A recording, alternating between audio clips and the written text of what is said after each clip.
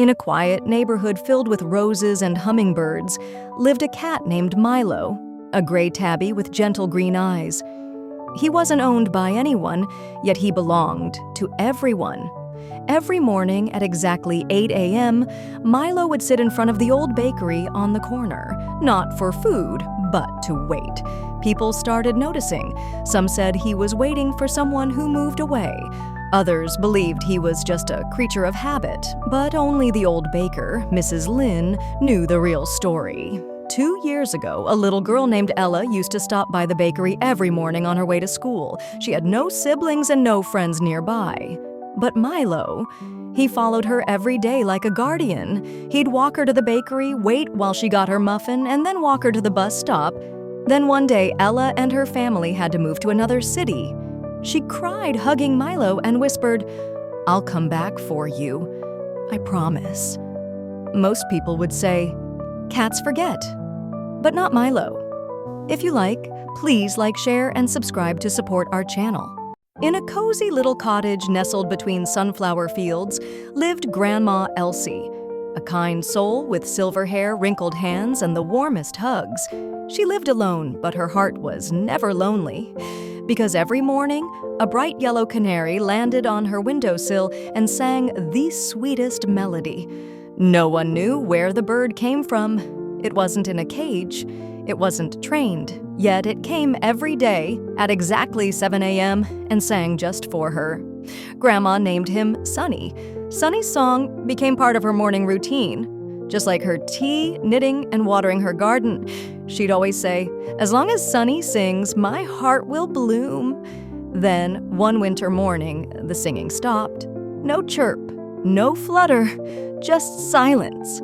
Neighbors checked the trees, feeders, rooftops. But Sunny was gone. If you like, please like, share, and subscribe to support our channel. For 735 days, Milo came to the bakery and waited. Mrs. Lynn always gave him a small muffin piece. But she knew it wasn't the muffin he was waiting for. Then one summer morning, a car pulled up. A teenage girl stepped out holding a little blue backpack from years ago. She looked around, tears in her eyes. "Milo," she whispered, and there he was. From behind a rose bush, Milo appeared, older, slower, but with eyes just as bright. He meowed once softly and ran into her arms. Everyone on the block cheered. Even the birds seemed to sing louder. Milo went home that day, truly home. And now, instead of waiting by the bakery, he waits on a soft window seat beside his best friend, Ella. If you like, please like, share, and subscribe to support our channel. Days turned into weeks, and Grandma Elsie's health began to fade. She stopped watering her plants. Her tea stayed cold. The porch light never turned on. Everyone worried. Then, on her 80th birthday, something incredible happened. At exactly 7 a.m., a sound broke the silence. Not one, but 7 yellow canaries landed on her windowsill, all singing in harmony. Grandma opened her eyes from bed and smiled with tears. "He kept his promise," she whispered. "He brought friends." Her heart lit up again. Slowly, she returned to her old self, tea in hand, garden blooming, and laughter echoing through her cottage. From that day on, the canaries came every morning without fail. Some say it was Sunny's way of saying goodbye. Others say love, once given, always finds a way to return. If you like, please like, share, and subscribe to support our channel. At the edge of town, in a small wooden shelter, lived a rescue dog named Shadow. He was big, quiet, and had eyes that looked like they had seen too much. No one wanted him. Visitors passed him by, choosing puppies or smaller dogs with wagging tails. But Shadow? He just sat, waiting, silently.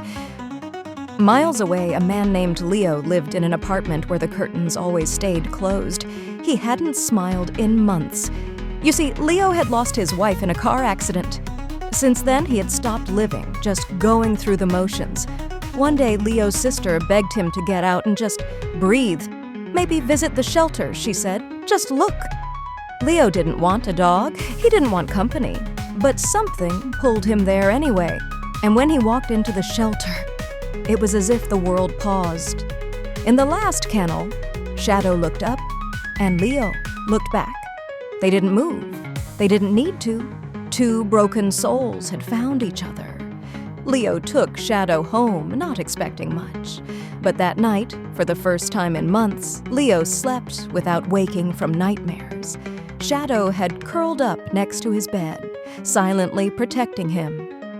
Watching beautiful birds as they dine is an enthralling experience that offers endless fascination and never becomes dull. At the edge of town, in a small wooden shelter, lived a rescue dog named Shadow.